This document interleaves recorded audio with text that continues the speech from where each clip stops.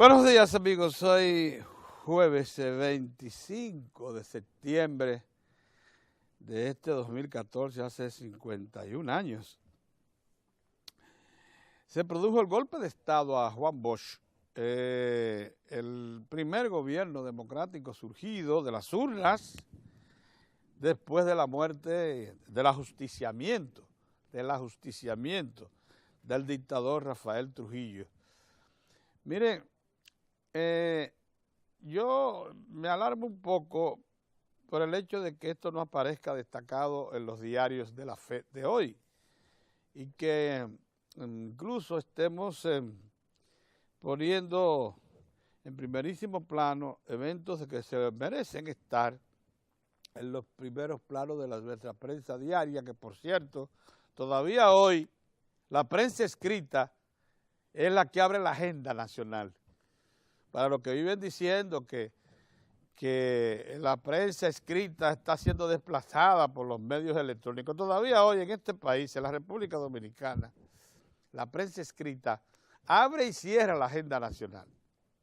Y los demás tienen que seguir ese trecho que marca la prensa escrita. Entonces, por eso me preocupa saber que la prensa escrita no hace referencia en primera plana, tan solo un reportaje que encontré en el periódico Diario Libre, en la página 18, y una editorial del periódico El Día, hacen referencia a este evento que uno sabe que marca al país.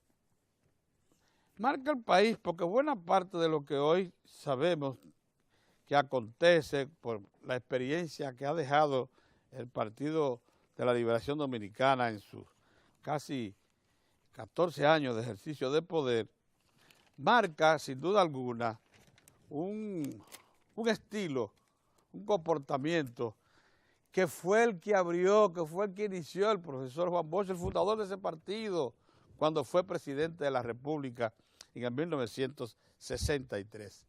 Es una pena que también, miren, el estilo político del profesor Juan Bosch y de ese líder político extraordinario se preserva. Las libertades en su gobierno no fueron tocadas, no se llevó preso ni se deportó a nadie que fuese crítico de su gobierno. El estilo del profesor Juan Bosch de propulsar el desarrollo nacional sano, de recurrir a los recursos naturales como fuente de propulsión de la elevación económica y social del país. Acuérdense que fue en su gobierno cuando se mandó centenares de jóvenes a estudiar a centros del exterior, ciencias relativas a la explotación agrícola y pecuaria, a la ingeniería civil, a la ingeniería de minas incluso. Nosotros tenemos algunos ingenieros de minas que de la distante la década de los 60, gracias a que se enviaron al extranjero. Recuerden a Romeo Ginás y demás. Recuerden que muchos de los ingenieros hidráulicos que luego fueron contraparte en la construcción de la presa de Tavera, cuyo estudio de prefactibilidad se hizo en tiempo del profesor Bosch, ordenado por él. Lo mismo que Valdesia, tienen que ver con los ingenieros que él mandó a formar a buena parte de ellos a México, que vinieron, y a otras partes del mundo que vinieron y se incorporaron. Y cuando vinieron las empresas extranjeras a construir las primeras grandes presas, encontraron que aquí había contraparte dominicana, que fue nombrada como tal. Miren, el desarrollo económico y social e institucional que hoy disfrutamos, con una visión moderna que nos coloca como nación en la antesala del desarrollo, porque eso lo saben, ya lo están percibiendo la comunidad internacional, se debe en gran medida a que los gobiernos del PLD, los generados por este partido, que es una obra personal del profesor Juan Bosch han seguido su línea, la que él trazó en el 63. Eso yo creo como que le duele ya a muchas instituciones y personas que pretenden erradicarlo de la conciencia y la memoria nacional, porque hoy no aparece consignada en la prensa matutina, como debe ser. Y eso da pena porque esas son las obras que van a perdurar. 51 años después, tenemos que reparar que quien nos trazó el camino fue el profesor Juan Bosch. De respeto a las ideas, de las libertades, del desarrollo sano de nuestros recursos materiales y humanos, de la democracia, de vivir en ambientes democráticos, de la explotación de todos nuestros recursos con racionalidad, de no temer a la apertura y al conocimiento, a la apertura hacia las nuevas ideas y a los mercados y al conocimiento. Esas cosas debemos venerarlas hoy y recordarlas con mucha fruición, con mucho respeto, con mucho reconocimiento.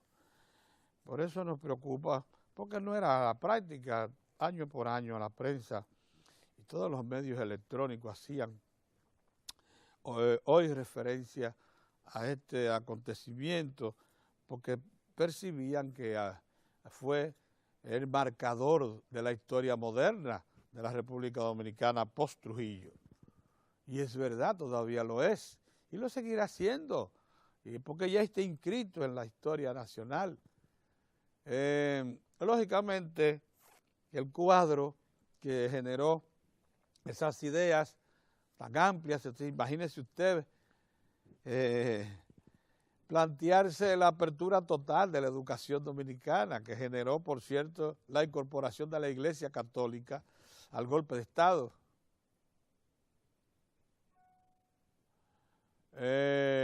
Eso eran ideas que para grupos de retardatarios formados en la tiranía de Trujillo no eran aceptables. Lógicamente también había el propósito de los golpistas de distribuirse las propiedades de Trujillo, que Bosch anunciaba debían ser el soporte de un proceso nuevo de desarrollo económico y social, en manos de un Estado con responsabilidad que iba a echar adelante esas herencias. Y en definitiva, como solo se mantuvo en el poder 7 meses, muy pocas cosas pudieron, sin embargo, materializar en ese lapso tan breve, pero trazó el camino, expuso las ideas, los planes, y todavía muchos años después, porque es que no perdió tiempo en esto que le voy a decir, en formar una nueva generación política, económica y social. Porque no solamente mandó centenares de jóvenes a centros educativos de América Latina y Europa, sino también a centros de instrucción política, a los sitios donde él sabía que se estaba instruyendo las generaciones de entonces para que pudieran incorporarse a la vida democrática. Recuérdense que la mayor parte de todos los políticos que todavía, algunos de ellos sobreviven, pasaron por los centros de instrucción de política que había en Centroamérica, cosa que agradece muchísimo porque sabemos que no había otra forma de educarse, de aprender rápidamente los conceptos de organización, ideológicos, de disciplina partidaria que se impartían entonces, que no era tan fácil porque aquí con la tiranía no se podían adquirir esos conocimientos y esas prácticas. Bueno, en definitiva queremos llamar la atención acerca de que no puede borrarse de la memoria el aporte que ha hecho el profesor Juan Bosch, no solamente creando el Partido de la Liberación Dominicana, que hoy reina, sin oposición importante a la vista, cosa que realmente preocupa a muchos sectores de poder que han estado aquí por mucho tiempo compartiendo decisiones con las instituciones políticas en base a su influencia, en base a la riqueza acumulada y a muchos otros factores de poder, otras veces también diciendo que representan los intereses de los grandes, de Estados Unidos, por ejemplo, compartiendo decisiones importantes como la escogencia de un candidato presidencial o de candidatos a los puestos clave del Congreso o el nombramiento de jueces. Así fue, así ha sido hasta la llegada al poder del PLD, la vida nacional. Entonces, esas cosas que el PLD ha erradicado como institución política se deben a la enseñanza de Juan Bosch. Sí, señor, de Juan Bosch. Bueno, dicho esto, queremos entonces pasar a un segundo plano, que ya esto sí lo destacan merecidamente todos los diarios del país, y es la histórica, sin duda alguna, intervención de Danilo Medina ayer en la Asamblea General de las Naciones Unidas, porque dijo una cosa que es imbatible. Hay una nueva era de relaciones entre la República Dominicana y su vecino Haití.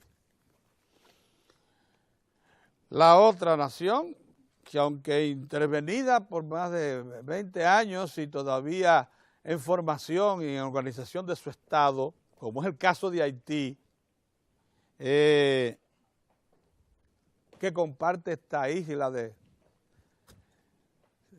68.000 kilómetros cuadrados, 69.000 kilómetros cuadrados, que es la isla Hispaniola, en dos naciones.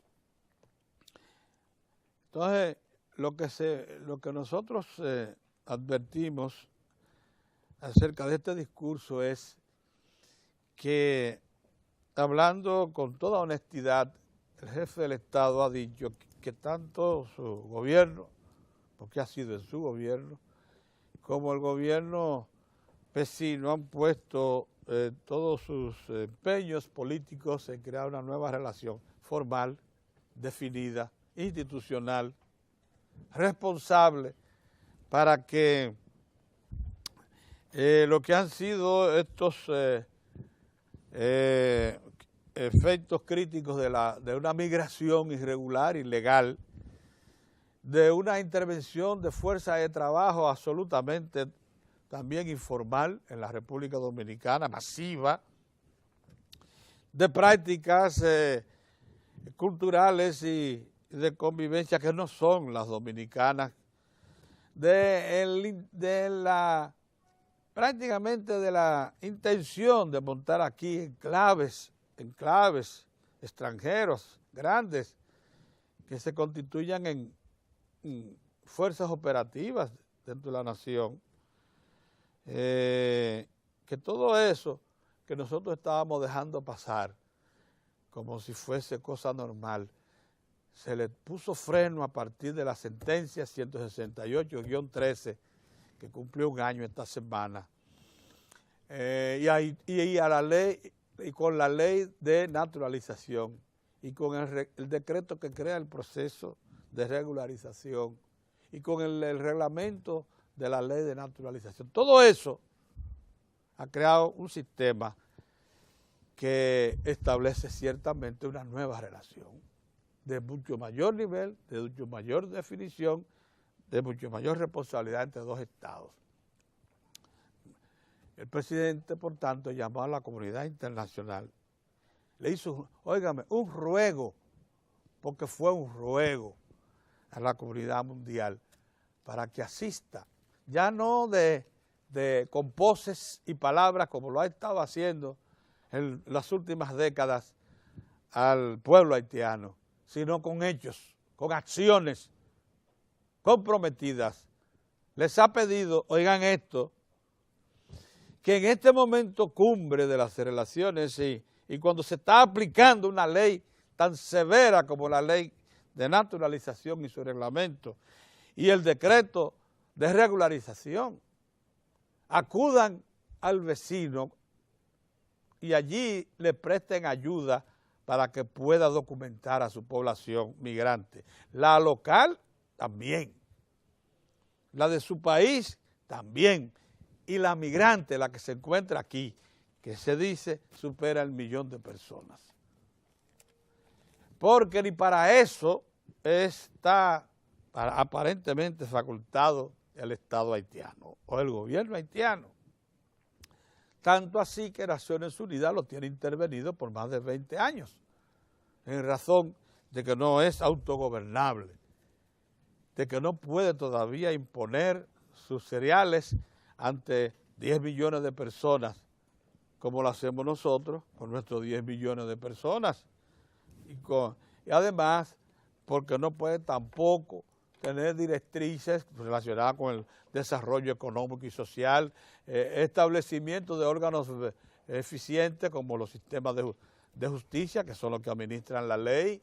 El Congreso tiene que posponer cada vez que se presentan las fechas de elecciones y no las hace en tiempo que dice la Constitución. O sea, es un Estado que parecería en formación y que por tanto no tiene los recursos para afrontar el reto de un Estado organizado. Pero, dice el presidente, ruega el presidente a la comunidad internacional, por favor, ayuden a Haití, pasen de la palabra a los hechos.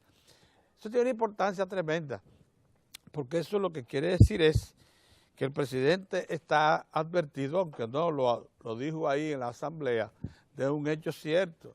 Cuando venzan los plazos, y van a vencer en las próximas semanas, concedidos por la ley para la formalización de la presencia de los irregulares haitianos en el país, de los ilegales haitianos en el país, no habrá otro camino que proceder a la repatriación masiva de centenares de miles de personas,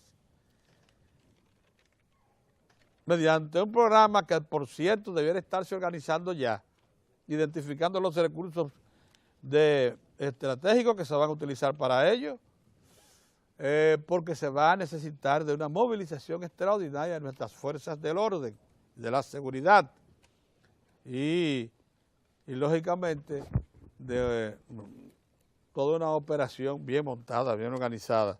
Pero lo cierto es que el presidente lo que le está pidiendo a la comunidad internacional es que esto que se está dificultando a todas luces por la falta de operación, de capacidad operativa del Estado haitiano, que es la documentación de sus nacionales, la asista la comunidad internacional, además de que todos sabemos que aún en el plano interno, para poder establecer los órganos básicos y reorientar a la nación haitiana y volverla a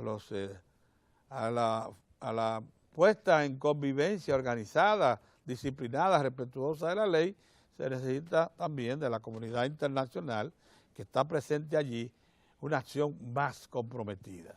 Buenos días, don Orión. Buenos días, don Mozart. Buenos días, don Héctor. Después de un día de intermedio de descanso, las pilas pueden haberse recargado, ¿no? Un poco. Saludos, amigos, saludos jóvenes.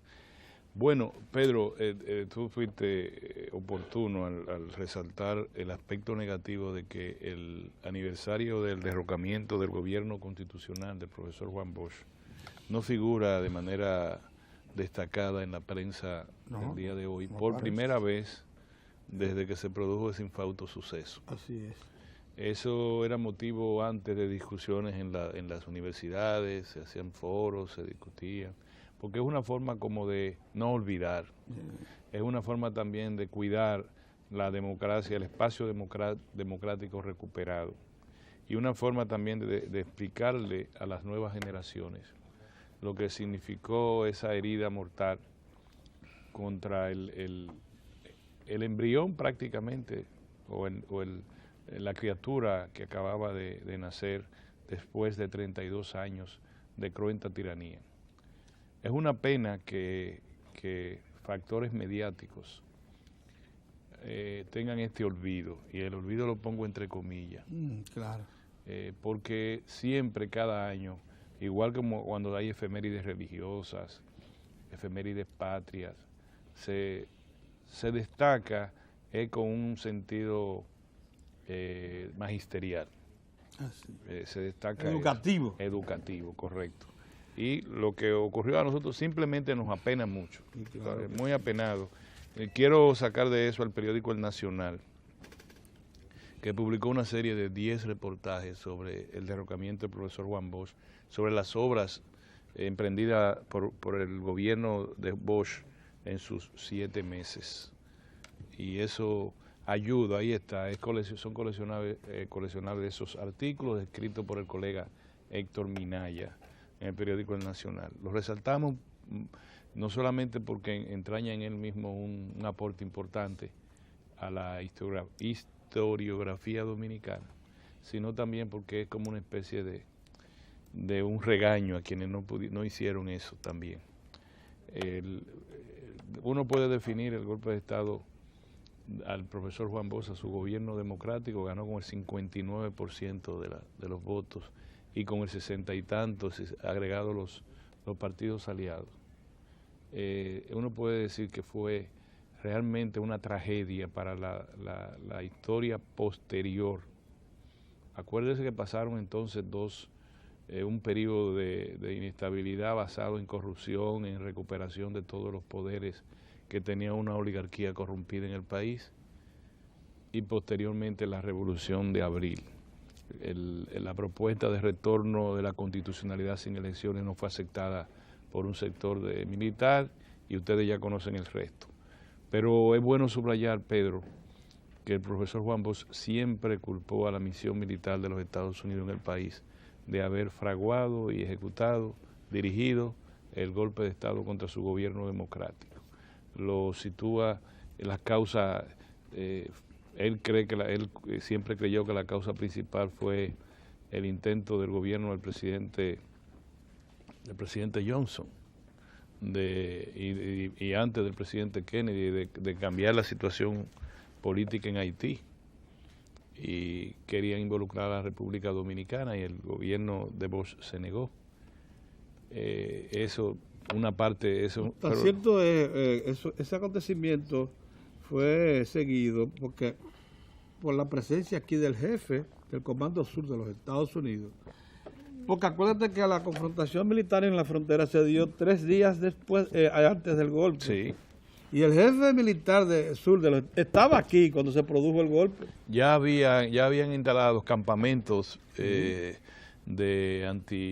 contra el gobierno del Duvalier. Sí, así fue. En ese momento. ¿Era el gobierno de Duvalier? No. Contra el gobierno haitiano en ese momento y contra las autoridades haitianas, sin el conocimiento del gobierno del profesor Juan Bosch. Y eso desencadenó algo que se venía ya tramando la oligarquía dominicana. Campamentos militares del gobierno haitiano se montaron en la frontera, evidentemente apoyados por fuerza extranjera. Los Estados Unidos, hablemos claro. Claro. No, y así fue. Y así están en los papeles del Departamento de Estado y del Pentágono de los Estados Unidos. Bueno, recordamos con mucho pesar el derrocamiento del profesor Juan Bosch en el año 1963, y estamos muy alegres, para decirlo así, de que buenos dominicanos recuperaron el camino, y hoy estamos trillando el camino de la democracia al punto, y ahí resalto en el discurso ayer del presidente Danilo Medina, discípulo del profesor Juan Bosch, ante la Asamblea General de las Naciones Unidas, la 69 Asamblea General. Tú destacaste el aspecto de las relaciones de República Dominicana y Haití, el pedido del presidente a la comunidad internacional que acude en ayuda del vecino país en la financiación de la documentación, de los documentos que requieren los ciudadanos haitianos, tanto en Haití como en la República Dominicana. Pero yo te destaco, Pedro, que el presidente señaló, y digamos que en un acto de echarle vaina, vamos a decirle presión a la comunidad internacional para que sepa, el presidente dijo que primero de señalar que la República Dominicana su gobierno y su pueblo tienen la voluntad política y la conciencia de que caminan hacia lo que tú llamas la puerta del desarrollo. Y se lo dijo pero le señaló que mientras otros países, sus políticas económicas, las palabras son mías, sus políticas económicas están señaladas a generar pobreza a través del constreñimiento del gasto, Sí. que es el caso de los países de Europa que convulsionaron a las sociedades. No importa que después se retomen el camino como debe ser, el camino del crecimiento y del desarrollo, sino que el remedio fue convulsionarlo, darle una medicina que prácticamente casi muera, y después a partir de ahí la recuperación. El presidente Danilo Medina señaló que contrario a eso, en la República Dominicana se dan pasos firmes en la lucha contra la pobreza y la desigualdad mediante la ejecución de programas de gran impacto social. Y en ese sentido expuso como ejemplo que el país redujo la pobreza en un 6% en apenas 18 meses, lo que significa que más de 500,000 de personas pudieron superar esa condición. El presidente hizo referencia a sus programas, macroprogramas, digámoslo así, en educación, salud y fomento de la pequeña y de la mediana empresa. Esa parte del discurso del presidente fue muy, digamos, muy provechosa para que la comunidad internacional desde ese foro tan importante sepa que la República Dominicana ha tenido éxito en el camino tortuoso hacia su pleno desarrollo, utilizando una fórmula que es la de promoción del gasto, promoción responsable del gasto o cualificación del gasto público, contrario a otras naciones que, como te dije, convulsionaron a través de una represa del gasto público y de abandonar todos los programas sociales importantes para dar prioridad solo al equilibrio del gasto.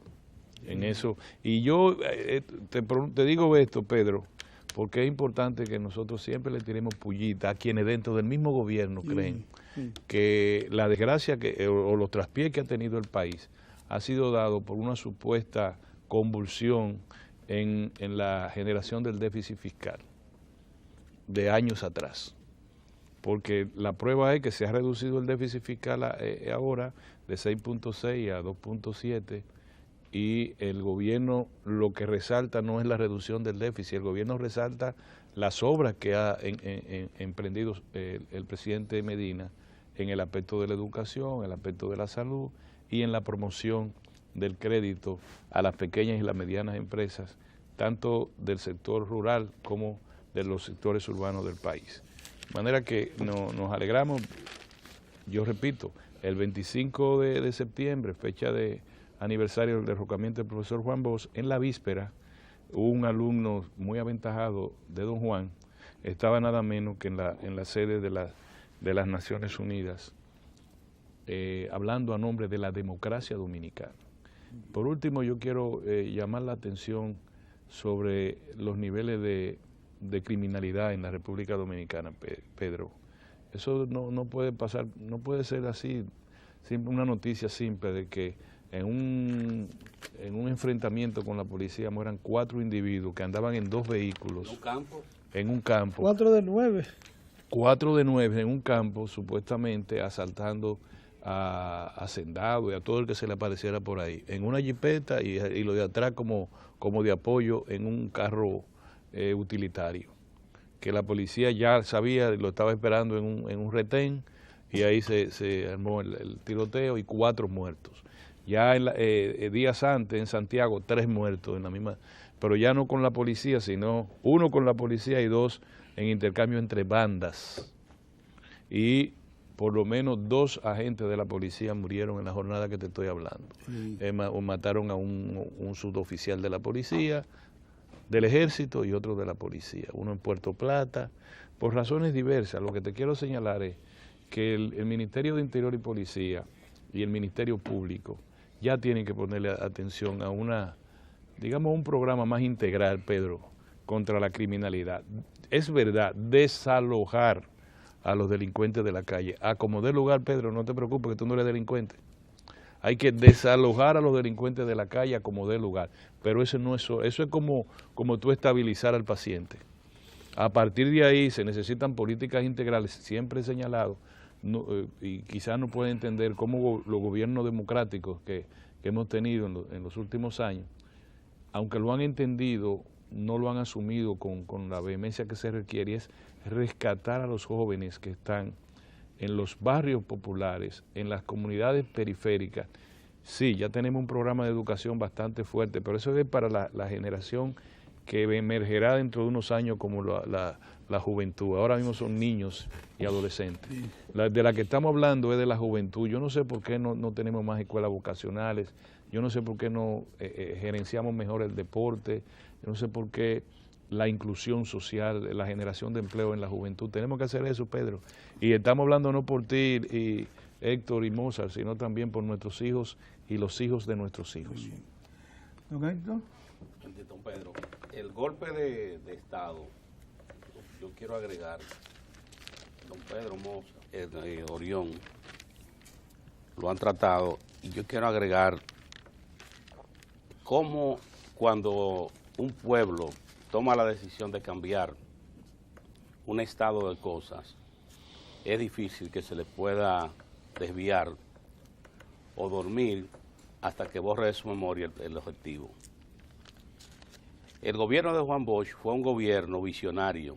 Juan Bosch, cuando llega a la presidencia de la República, en 1963, ganó las elecciones del 20 de diciembre de 1962 de manera aplastante. Para que tengan una idea, de cada 100 votos emitidos, el binomio Juan Bosch, segundo Armando González Tamayo, logró de la población 59.83%, que si usted redondea es 60%, 60 de cada 100 de los sufragios. Sin embargo, eso no fue motivo para que los sustentadores en la República Dominicana de la irracionalidad política y de igual modo entender que el Estado es un patrimonio para una élite de la sociedad, entendieran el mensaje de la población. Desde el proceso electoral, primero trataron de que Juan Bosch no llegara al poder, que no ganara las elecciones. Eso de una ley electoral simpática, como la primera que se presentó para esas elecciones, establecía de los colores, en un momento establecer que todos los votos eran del mismo color. Juan Bosch rápidamente se mueve y establece que ahí se estaban preparando los pasos para consumar un fraude electoral e impedirle llegar al poder. Se decidió que los colores fueran distintos para cada partido. Una vez gana las elecciones, la conspiración fue permanente, porque estaba el patrimonio de los Trujillo, que la sociedad dominicana tenía grupos organizados que entendían qué parte de ese patrimonio que fue del dictador y sus testaferros y familiares tenía que ir a sus manos. Juan Bosch planteaba que ese patrimonio era del pueblo dominicano y que tenía que retornar al pueblo dominicano. Eso explica que sometió un proyecto de ley al Congreso Nacional. No fue un invento, un proyecto de ley que establecía que los bienes de los Trujillo, sus familiares o testaferros, aun cuando estuvieran en manos de particulares, es decir, aun cuando ya estuvieran repartidos, tenían que retornar al patrimonio nacional, porque eran parte del patrimonio nacional. Eso lo que hizo fue que aceleró en la República Dominicana los planes para el golpe de Estado, que finalmente se consumó el 25 de septiembre de 1965. Pero, ¿por qué decimos que Juan Bosch fue un presidente que vino con una visión clara de qué país quería? Vino con un plan para la salud. Se planteaba que la salud fuera universal, que cada dominicano, cada dominicana o cada persona que residiera en el territorio nacional contara con un sistema de salud que le diera cobertura a toda la población. El sistema de educación, para que tengan una idea, República Dominicana tenía algo más de 3.000 estudiantes universitarios en 1963. Porque la universidad tenía una población muy pequeña cuando terminó la dictadura. Cuando yo llegué en el 62 tenía 2.600. Sí. Ya había incrementado uno. Había incrementado. Pero el día de ese golpe, ese era el cuadro dominicano. Una institución de educación superior que estaba abierta, que se podía ingresar con mayores facilidades, y la Universidad Católica Madre y Maestra, que en ese momento era Universidad Católica Madre Maestra, que era un proyecto que arrancaba en República Dominicana. Lo que quiere decir que viene Juan Bosch, viene con un plan para desarrollar la educación superior, para formar los técnicos que el país requería. Eso explica ese programa de apoyo gubernamental para que jóvenes dominicanos fueran a formarse en el exterior, en materias que el país necesitaba como economía, planificación, política. Ahí está el caso de May Mercedes, que cuando el presidente Juan Bosch habló de un caso, por ejemplo, atender ese, May Mercedes, que se quería formar como un especialista, un chef, y que él quería formarse, como aquí no había escuela, el presidente Juan Bosch lo apoyó. Y no quiero usted saber las críticas que se hicieron en el momento, que un presidente de la República, hasta para que un cocinero fuera a estudiar. Veían eso y sobre todo una persona que venía de extracción humilde.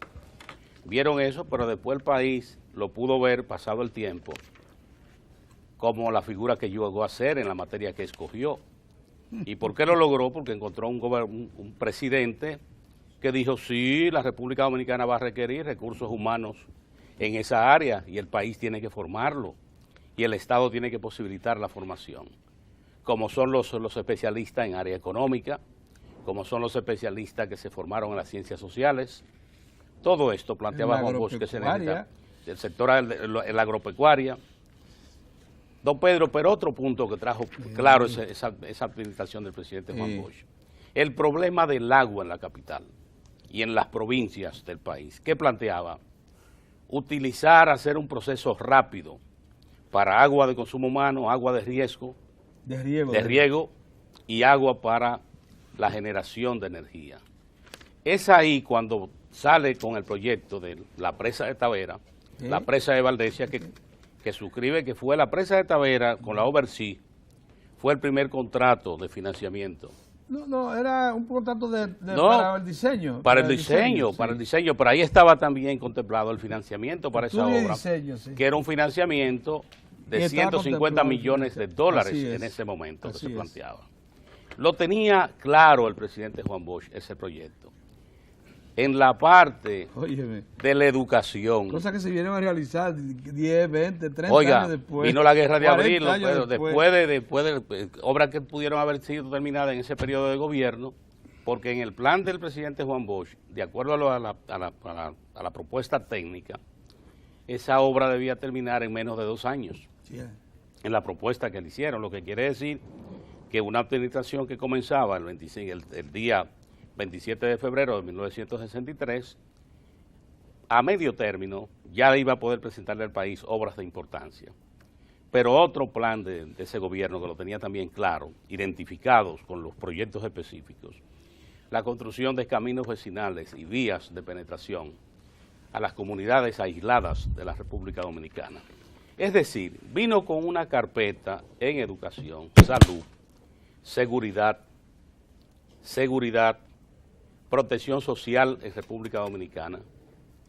Todo esto, esa era la visión. Pero ¿qué pasó? El patrimonio de la República Dominicana pesó más. Y la desinformación que tenía Estados Unidos en ese momento, porque oigan esto, Orión refería lo que pasó usted sabe lo que decía los informes estadounidenses, lo que decían, que François Duvalier en Haití se había metido a comunistas y que François Duvalier tenía comunicación con el gobierno dominicano y que estos dos gobiernos podían establecer aquí un enclave comunista. Oiga. Y sobre esa base se aceleró ese golpe. Pero usted decide aceptar que François Duvalier se había metido al comunismo.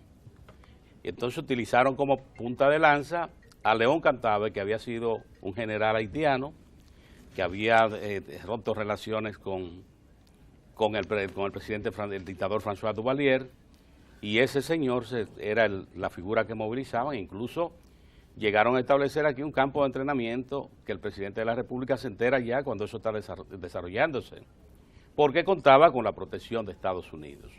Ahora, ¿qué es lo más importante hoy? Que Juan Bosch es el fundador del Partido de la Liberación Dominicana. Y cuando usted toma las 4 administraciones del PLD, la primera 1996-2000, 2004-2008, 2008-12 y la administración del presidente Danilo Medina que está en curso, usted se va a dar cuenta cómo están en primer plano la salud, la educación, las obras de infraestructuras que requiere el país. Atención al campo. Atención al campo, amplitud del respeto a los derechos humanos, al grado de que el Partido de la Liberación Dominicana, una administración, puede presentar esa organización como que en una administración del PLD es que se promulgó la Constitución de 2010, que garantiza el Estado social y democrático de derecho, esa Constitución. Y cuando usted concluye mirando este cuadro, dice, ciertamente la semilla de Juan Bosch dio frutos y es frondosa. Y esto tiene que servir de lección a personas y sectores que en la sociedad dominicana entienden que todavía es posible torcer el curso de la historia, la voluntad de un pueblo. República Dominicana, lo que va a seguir ya entre la República Dominicana es que desde el gobierno, la educación, la salud, las obras de infraestructura, el respeto a los derechos humanos, porque todo este crecimiento que se ha dado en la República Dominicana se ha producido en un Estado democrático. En la República Dominicana ya terminó eso de perseguir personas por sus ideas, de encarcelar personas por sus ideas.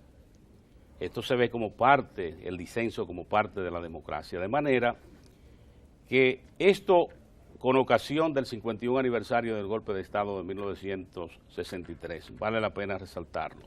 Bien. Y lo segundo es, ya terminando, para dar paso a Mozart, en la República Dominicana hay ahora como una especie de gente que tiene una especie de agua que la sube a veces de temperatura, la baja de temperatura, que le están contando las horas al arzobispo metropolitano de Santo Domingo, Nicolás de Jesús Cardenal López Rodríguez. Hay que decirle, como ocurre esto, que eso es una voluntad del Vaticano.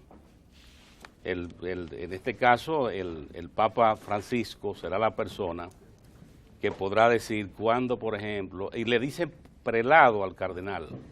El cardenal en realidad no es un prelado, es purpurado, porque es miembro del colegio cardenalicio. Esto para los que llevan anotaciones, porque dicen el prelado, el prelado. Es que es un poquito más alto, aclara. Él es un purpurado, miembro del colegio cardenalicio, que participa en la elección del Papa, entre el ámbito que tiene. Esto es una decisión de la Santa Sede, en definitiva. Con usted puede entender que eso se va a acelerar o que va a producir, que va a ocurrir mañana. Observe que cuando cumplió 75 años se entendía que se iba. Allá terminó. Bueno, el Papa Francisco le extiende el periodo porque entiende que debe continuar en misiones en la iglesia. Esto para los que llevan anotaciones. Y ya finalmente, cómo las tradiciones religiosas en la República Dominicana se mantienen vivas. El Día de las Mercedes fue una gran concentración ayer en el Santo Cerro, y aquí en la capital, en entidades evangélicas, iglesias, celebraron el Día de la Biblia, incluso hicieron recorrido por la avenida Máximo Gómez y la parte sur de la ciudad, y en los barrios celebraron en las iglesias actividades especiales, lo que muestra también, en este caso, la fe religiosa, cómo se mantiene viva en la sociedad dominicana. Mozart. Gracias, tiene buenos días. Miren, yo quiero primero reivindicar a Vanguardia del Pueblo, y yo humildemente dirijo, porque Vanguardia del Pueblo, como era su deber, sí destacó ampliamente lo que significa para este país su presente y su futuro. Esa simiente que sembró el profesor Juan Bosch al asumir la noble y terrible responsabilidad de reconducir a una nación luego de una pesadilla como la que vivió durante más de 30 años, con una dictadura como la que encabezó el sátrapa Rafael Leonidas Trujillo. Y Vanguardia del Pueblo, en su edición de hoy, recoge ampliamente varios escenarios de ese terrible acontecimiento que fue el golpe de Estado. Y yo quiero destacar un trabajo que hace nuestro amigo y colega, el doctor Ramón Puello Báez, que recoge dentro de la secuela del golpe de Estado lo que fue la corrupción y la degradación en las Fuerzas Armadas y de la Policía Nacional. Un trabajo muy bien hilvanado, como era de esperar, pero que trae de por sí elementos vitales para que entendamos en qué estaba el profesor Juan Bosch cuando asumió esa responsabilidad e inició ese proceso de rescate del Estado dominicano en todas sus partes. Y es un proceso que, es digno decir, han continuado muy bien en varios aspectos las administraciones de ese legado suyo, que es el Partido de la Liberación Dominicana bajo las administraciones del presidente Leonel Fernández y del hoy presidente Danilo Medina, en varios aspectos. Hay que reconocerle a esta generación de políticos formados por Bosch, que ellos, en la medida de las posibilidades, recuerden ustedes que aquí, y parte de eso son esas secuelas, transformar, reformar estructuras básicas es una tarea sumamente delicada, sumamente trabajosa y hasta peligrosa.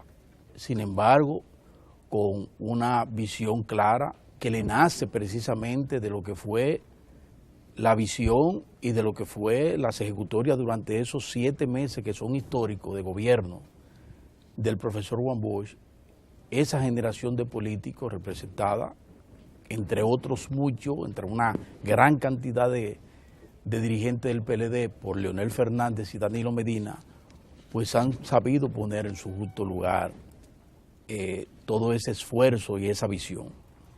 ¿De qué manera? Bueno, ya daba unas pinceladas, pero yo pienso que lo básico es el proceso de fortalecimiento de las instituciones del país, el proceso de fortalecimiento de nuestro Estado, de modernización de nuestro Estado nacional. Creo que eso es un aporte altamente significativo que va de la mano de lo que fue no solo la visión, sino la acción desde el Estado del profesor Juan Bosch, y pienso que hay que reivindicarlo. En ese mismo sentido hay un editorial del periódico, hay actividades para hoy. El doctor Franklin Almeida Ranciel va a tener en la sede del Partido de la Liberación Dominicana, que se reseña aquí muy bien, en la Casa Nacional sobre el golpe de Estado de Juan Bosch, estará con la juventud, panel sobre el golpe de Estado del 25 de septiembre que se va a producir también. O sea, que el PLD, porque no es vanguardia, es el PLD sí que ha respondido cabalmente a recoger y a poner en su justa dimensión una situación que, aunque nos laceró terriblemente como fue el golpe de Estado, sin embargo, como bien dice el editorial, el golpe no dañó la simiente de la democracia, porque eso es lo que estamos viviendo en el día de hoy, con todas sus algunas debilidades propias, como les digo, de un país difícil, porque viene de una dictadura terrible, y donde hay gente que está frontal ante cualquier tipo de reforma, de cambios. Las resistencias aquí son en todos los ámbitos a cambiar, y sin embargo, esa generación de políticos PLDistas, yo pienso que hay que, en ese sentido, reivindicar la forma en cómo han llevado a cabo políticas públicas desde el Estado, en función no solo de mantener ese proceso de consolidación democrática y de desarrollo institucional del país, sino iniciar el proceso que queda de por medio, que es el más importante, que es el combate a la pobreza y a la desigualdad. Y quiero destacar algo a propósito del combate a la pobreza y la desigualdad. El presidente Danilo Medina le sacó espacio a eso, a los esfuerzos que hace su administración, ¿verdad?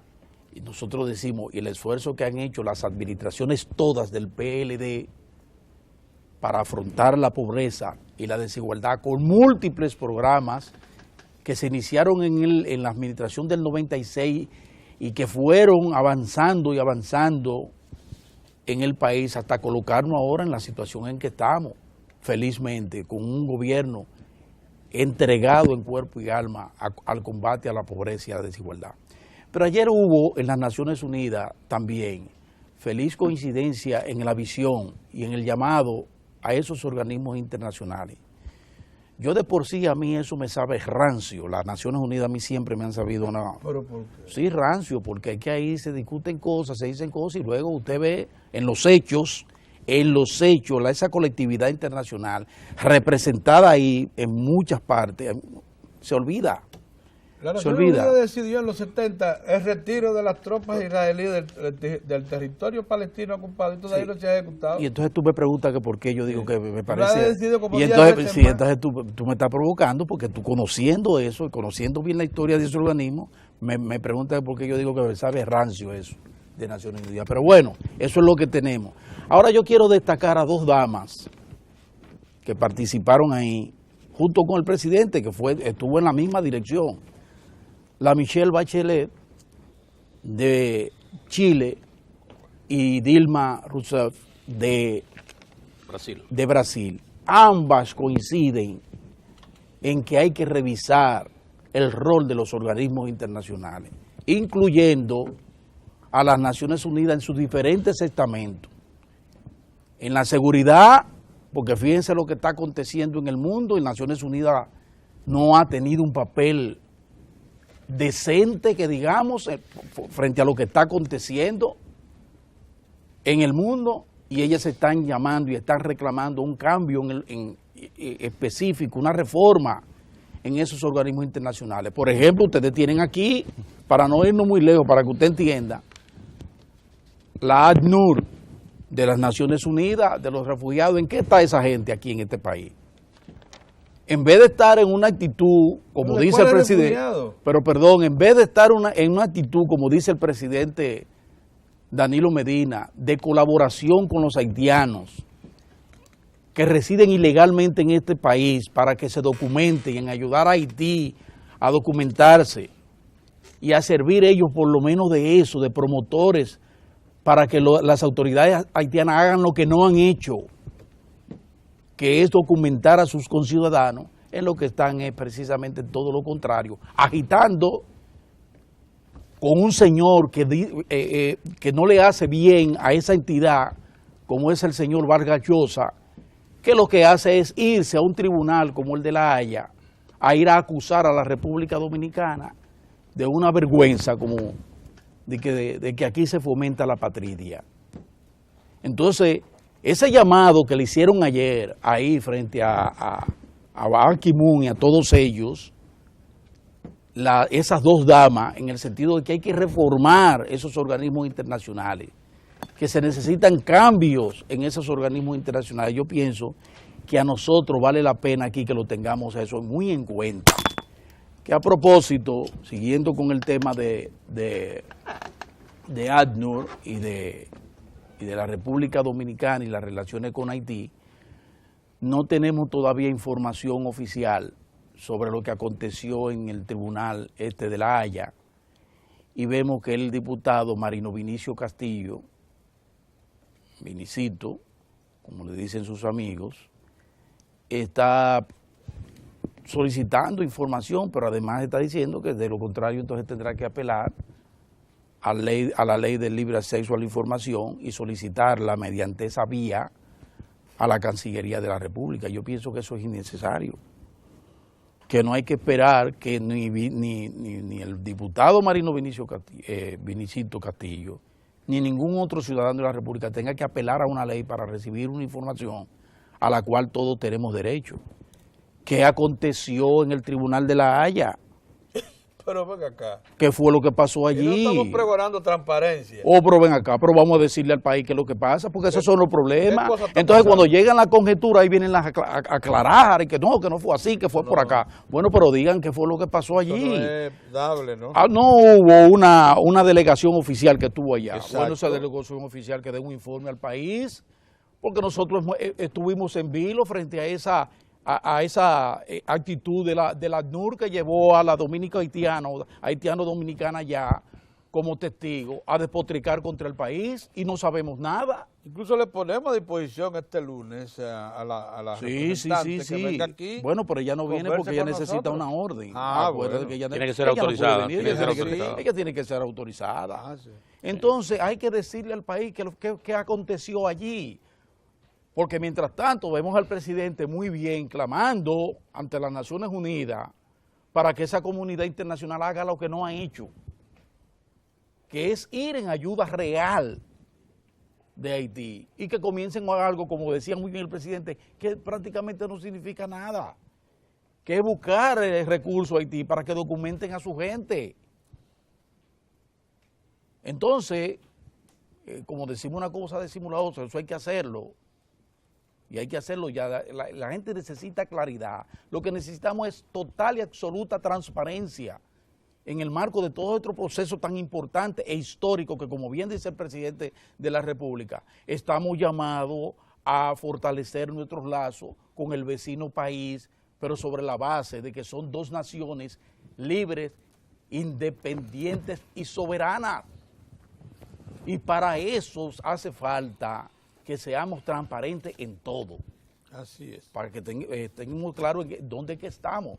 Porque hay algunos empresarios que sueltan por ahí una información porque están en negocio, ¿verdad? Locales y de allá y de haitianos. Entonces, pero no sabemos nada. Este es el momento en que nosotros no sabemos ni siquiera, los haitianos no han dicho nada. Ese gobierno, el Estado haitiano tampoco dijo nada sobre esa iniciativa porque ellos se sienten representados por Abdur allá.